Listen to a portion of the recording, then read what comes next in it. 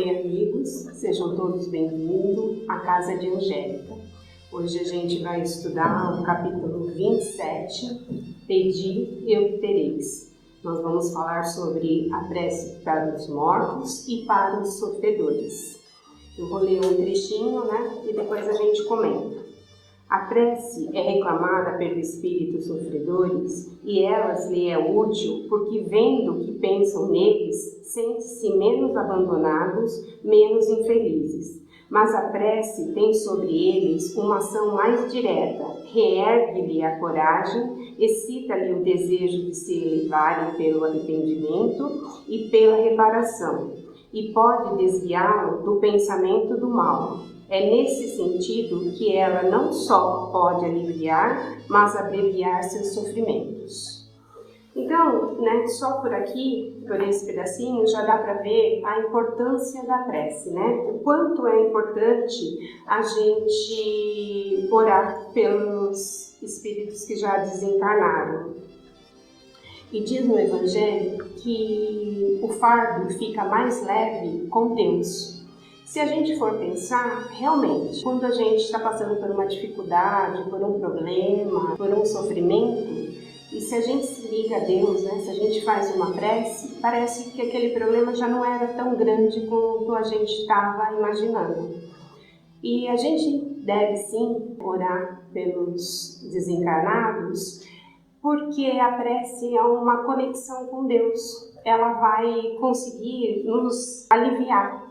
Mas a gente também deve lembrar que os espíritos que desencarnaram, ele não deixa de ser o que eles eram aqui. Eles continuam sendo a mesma pessoa que eram aqui, com as suas qualidades, com os seus defeitos, tudo da mesma forma como era.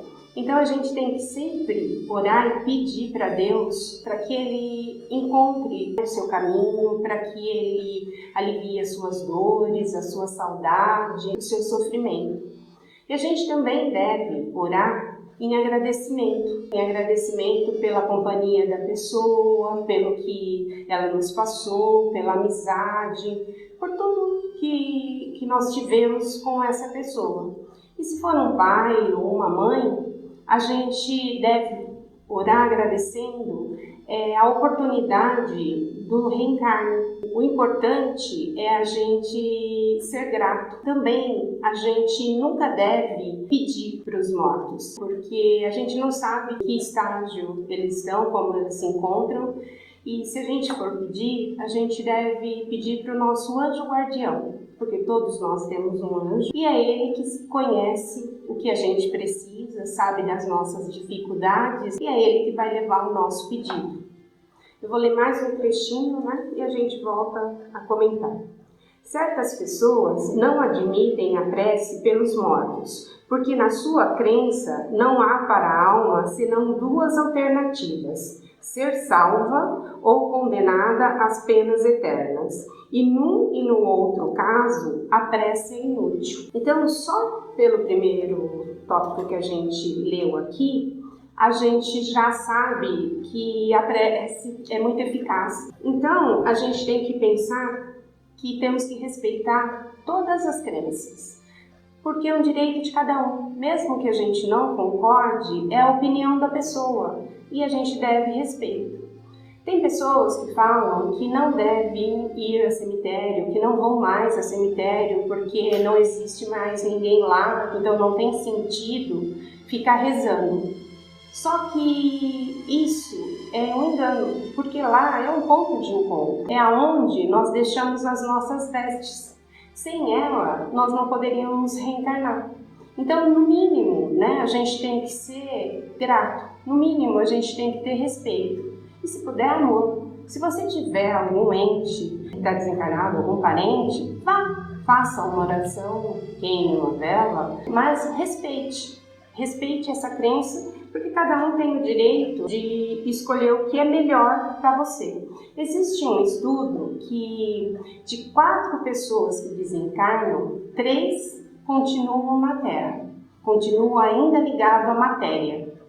Então, se a gente parar para pensar, tem muita gente precisando de prece, tem muitos espíritos precisando da nossa oração. Então a gente deve sim orar e orar com sinceridade. Eu vou ler mais um trechinho e a gente volta a comentar. O homem suporta sempre a consequência das suas faltas. Não há uma só infração à lei de Deus que não tenha punição. A severidade do castigo é proporcional à gravidade da falta. A duração do castigo para qualquer falta é indeterminada e está subordinada ao arrependimento do culpado e seu retorno ao bem. Então, a gente vê pessoas falando assim, eu não vou rezar por aquela pessoa que era tão ruim, que cometeu uma atrocidade, porque eu vou aliviar para ele, vou ficar rezando? Não, você deve sim rezar, porque você não vai estar aliviando a pena dele. O que você vai estar fazendo é dando um suporte, um encorajamento para ele rever as faltas que ele cometeu. Então, quando você ora, ele vai se sentir encorajado a reparar o mal que ele fez. E se a gente sabe que Deus é justo e nós acreditamos na reencarnação, na imortalidade, na espiritualidade, nós sabemos que Ele pagará pelo que Ele fez. Que a prece é uma ponte, uma ligação com Deus. E quando nós rezamos, a gente se conecta ao Espírito que a gente está pensando. A gente consegue transmitir para ele o nosso sentimento. E aí ele se sente muito mais fortalecido, muito mais encorajado. Tem uma passagem no livro de André Luiz, onde ele está com o mentor e ele vê umas luzinhas subindo. E aí ele indaga para o mentor, o que seriam aquelas luzinhas? E ele responde, são as preces dos encarnados. Eu achei tão bonito, né? As preces são luzes, né? É como no filme também, Nosso Lar, onde eles estão na câmara de tratamento e chega uma paciente que acabou de desencarnar, ela chama Luísa, e ela está muito desequilibrada, né? Muito nervosa, não aceita ter desencarnado porque ela tinha um noivo, não quer o tratamento, fica muito revoltada. E aí a mãe dela começa a orar por ela e aparece como se fosse uma tela de computador, a mãe dela rezando, e aí ela vai se acalmando e consegue receber o tratamento que ela precisava. Então a prece faz o quê? Ela acalma, ela te dá coragem a aceitar o que aconteceu. Eu vou dar um exemplo, é como se você tivesse saído para ir para um hotel fazenda. Você resolveu fazer uma viagem. Aí você chega nesse hotel fazenda, reúne um grupo e vão até uma cachoeira conhecer a região. E em um determinado momento você resolve sair sozinho para dar uma volta, para conhecer o lugar. E de repente você começa a andar e não sabe onde mais você está. E aí você vai começando a se apavorar, se sentir meio perdido, não conhece ninguém ali, não está com ninguém, está se sentindo sozinho, olha a sua volta, não conhece o lugar, já começa a escurecer, né? E você começa a ficar com medo, começa a sentir dores nas pernas, no corpo, começa a se apavorar, sentir medo, ficar sem coragem, se sentir realmente perdido. E aí, de repente, você olha e vê uma luz longe. E aí você se sente encorajado, você começa a se sentir mais tranquilo, você se sente fortalecido. E aí você vai em direção a essa luz, você encontrou um caminho e você sente que você pode rever as pessoas que você acabou deixando para trás. Então é isso que a prece faz, ela te dá coragem, ela te dá um caminho. É como quando você sonha, você está dormindo e sonha com um ente querido que já foi, que desencarnou. E às vezes você fica pensando, meu Deus, né? O que eu faço? Será que ele queria alguma coisa? Será que ele precisa de alguma coisa? O que eu devo fazer? O que eu posso fazer, né? E você sempre pode. Você pode fazer uma oração pedindo luz, pedindo para que Deus ilumine o caminho dele, para que ele tenha discernimento, né, entendimento.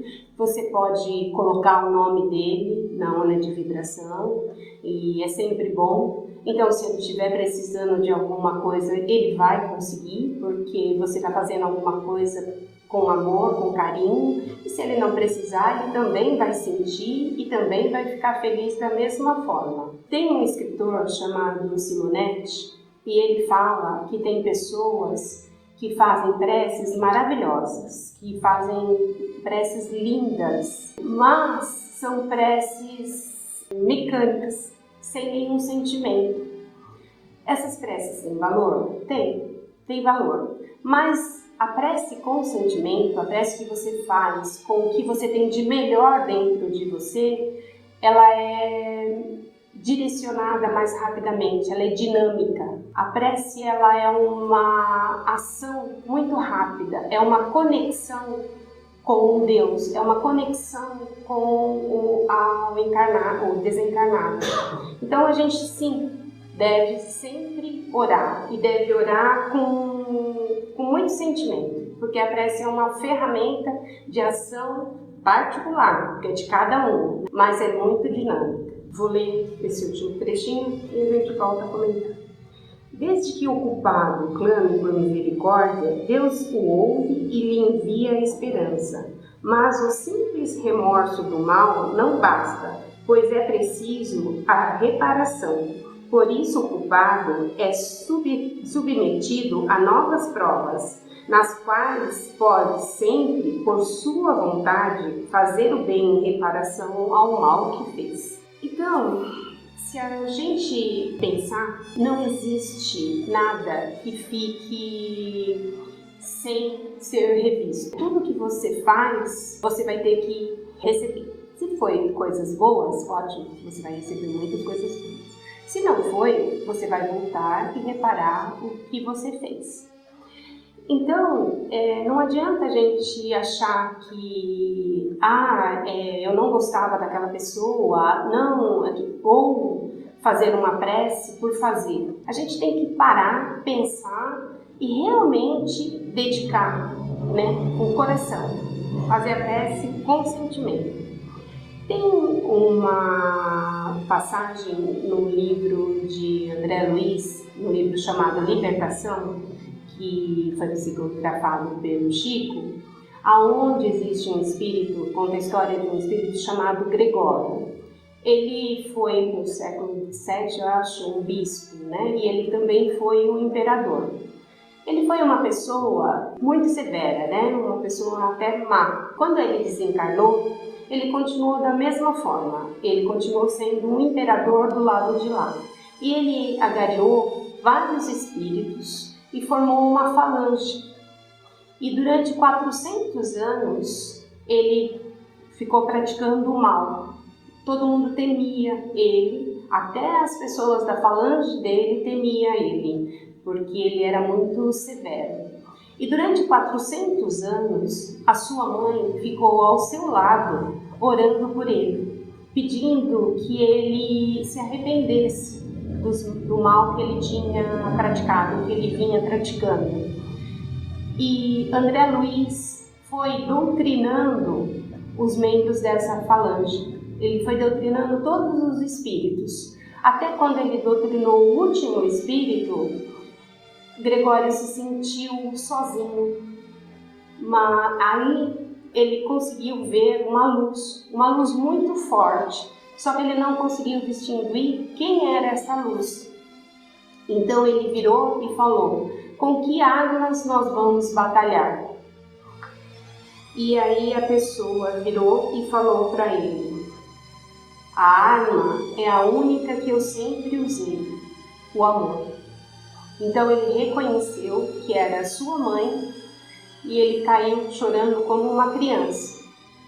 Ela o abraçou e falou: filho, está na hora de você começar de novo, de você rever todo o mal que fez.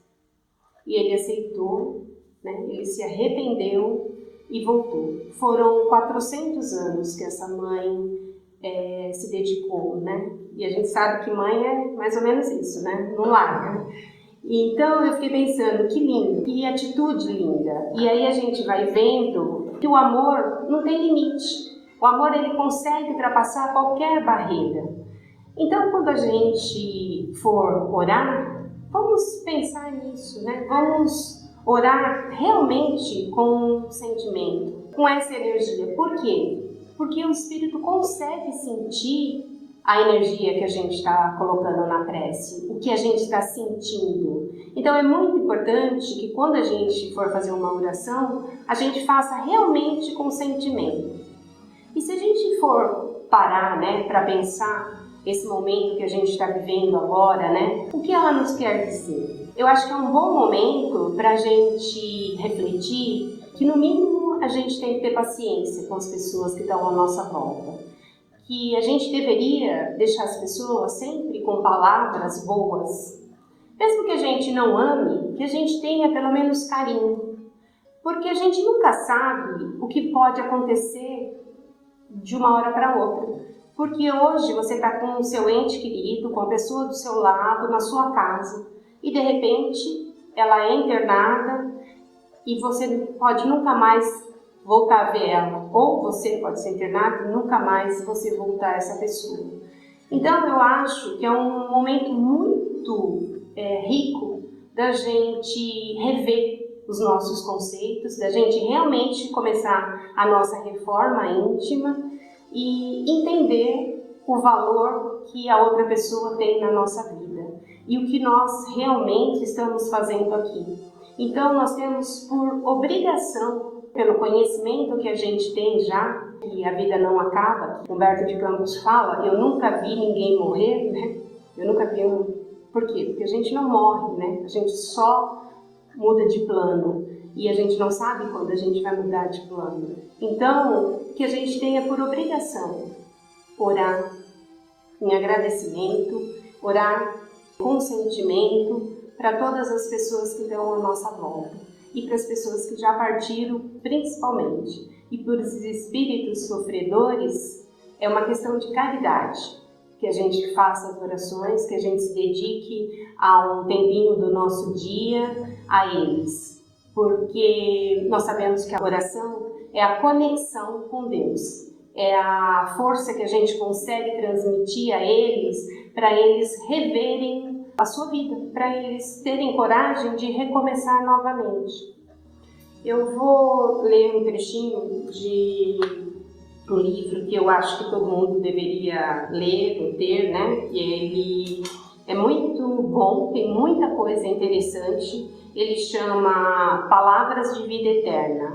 Ele foi escrito pelo Chico e é do Espírito Emmanuel.